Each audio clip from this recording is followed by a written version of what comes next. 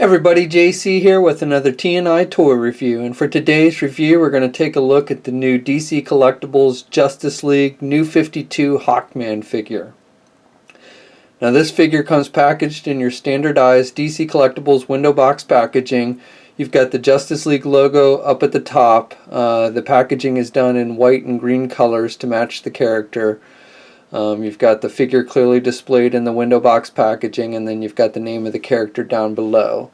On the one side of the packaging you have the darkened image of the character, and then on the other side you have an image of the actual action figure, and it tells us this figure was sculpted by Jack Matthews.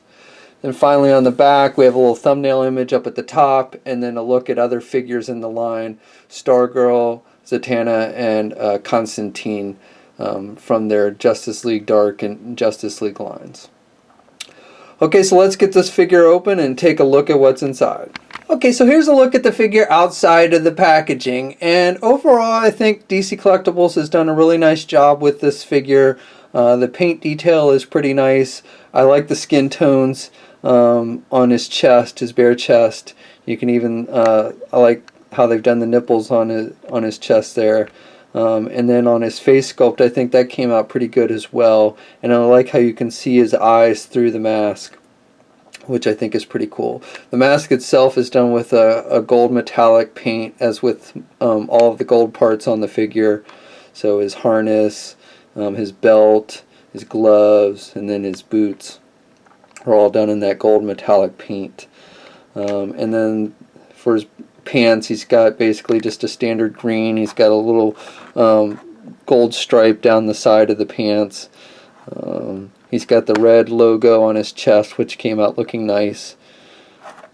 Then on the back, the wings are done in a brown color with a little bit of shading on it to give it, and sculpting of the feathers and everything, so I think those came out pretty good. The wings are attached on the back with peg holes. There's a little paint rub from the brown on the skin tone there around the hole where the wings fit in, but that's not too noticeable.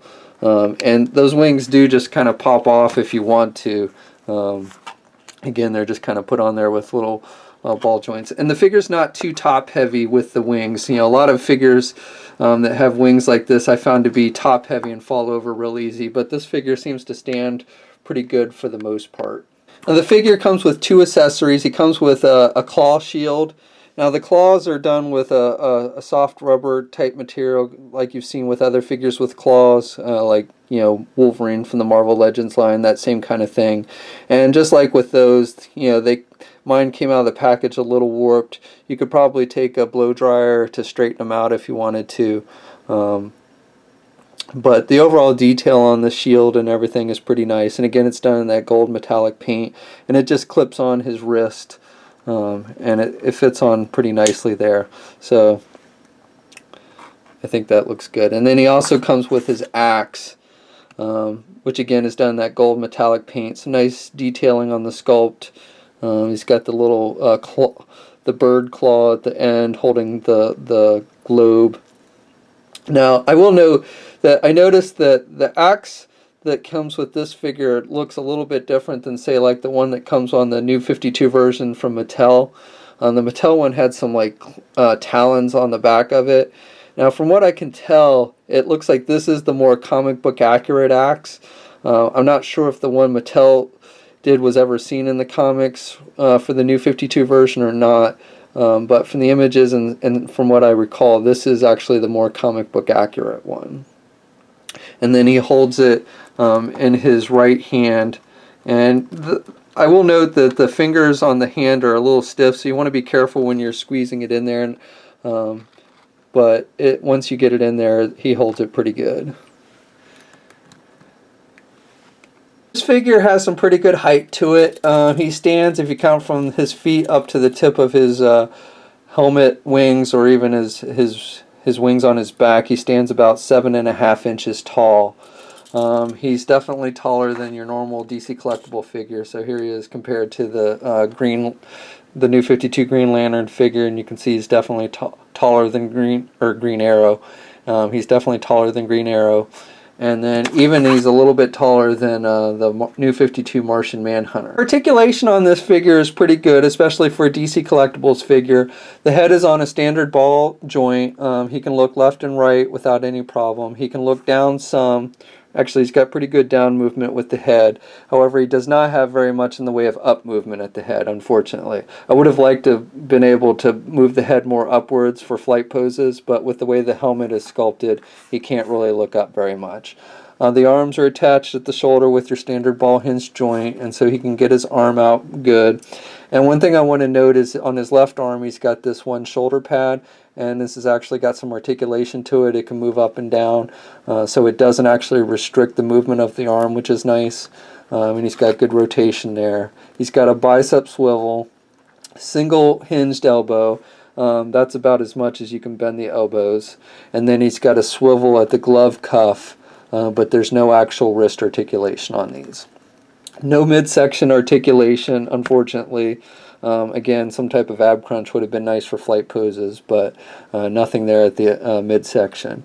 Legs are attached with your standard ball hinge joints, so he can do the splits pretty good. And he can get his leg forward good. And even with the back, even with the wings, doesn't really prohibit him from getting his legs back at all. He does have a swivel at the thigh where the boot meets the leg. Single jointed knee, so he can bend his knee about that much. And then the ankles has a hinge and a swivel, which is nice. Now, one thing I do want to note is he's got these talons that stick out on the bottom of his leg.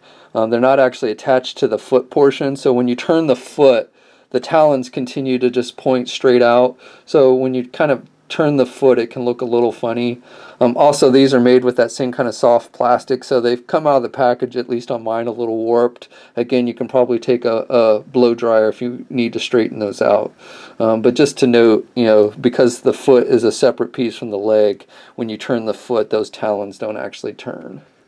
And then he's got 2 peg holes on the bottom of his feet.